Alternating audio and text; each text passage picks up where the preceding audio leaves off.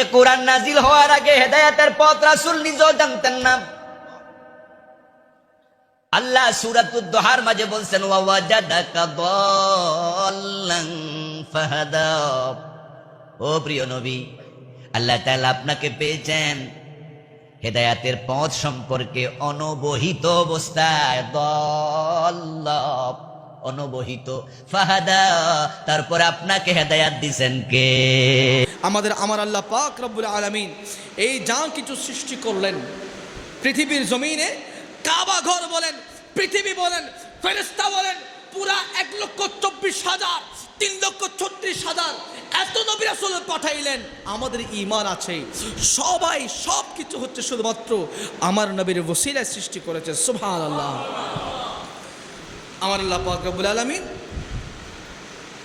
পবিত্র কোরআনের মধ্যে একখানা আয়াতে কারিমা নাজিল করেছেন, যে আয়াতে কারিমা হচ্ছে ওয়া ওয়াজাদাকা দাল্লান ফাহাদা।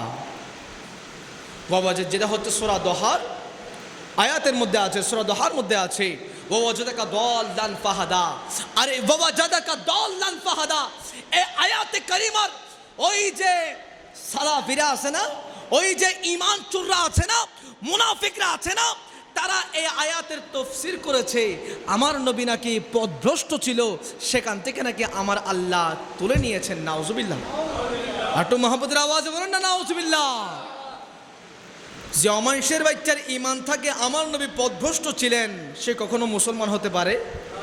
কখনো মুসলমান হতে পারে?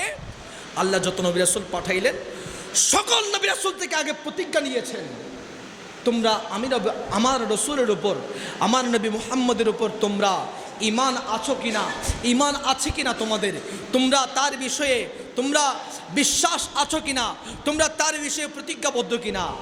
সব নবী রাসূলরা সেখানে আমার রব্বে করিমের সাথে ওয়াদাবদ্ধ হয়েছে, তারপর দুনিয়ার জমিনে এসেছে।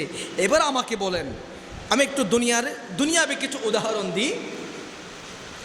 আমি খতিব সাহেব, আমার বিষয়ে যদি আপনাদের মনে একটা খারাপ ধারণা থাকে, আপনাদের মনে যদি আমার বিষয়ে যদি একটা খারাপ ধারণা থাকে, খতিব সাহেব মানুষ গোবারণ চারিত্রিকভাবে অত্যন্ত খারাপ একজন মানুষ, আপনাদের মনে যদি থাকে, তখন আপনার নামাজ, আমার পেছনে নামাজ পড়লেও নামাজ হবে ওই মোনাওয়া।